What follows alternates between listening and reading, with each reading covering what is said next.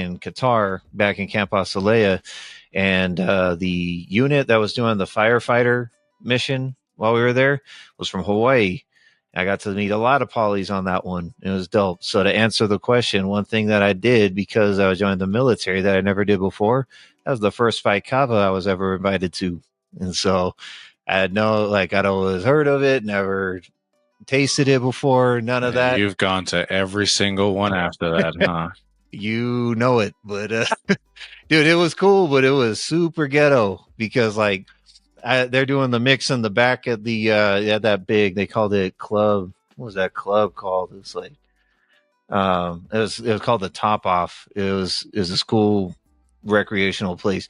The polys were always in the back corner doing the Faikava over there, and nobody had a strainer. So this dude was using one of his old wife beaters as the strainer.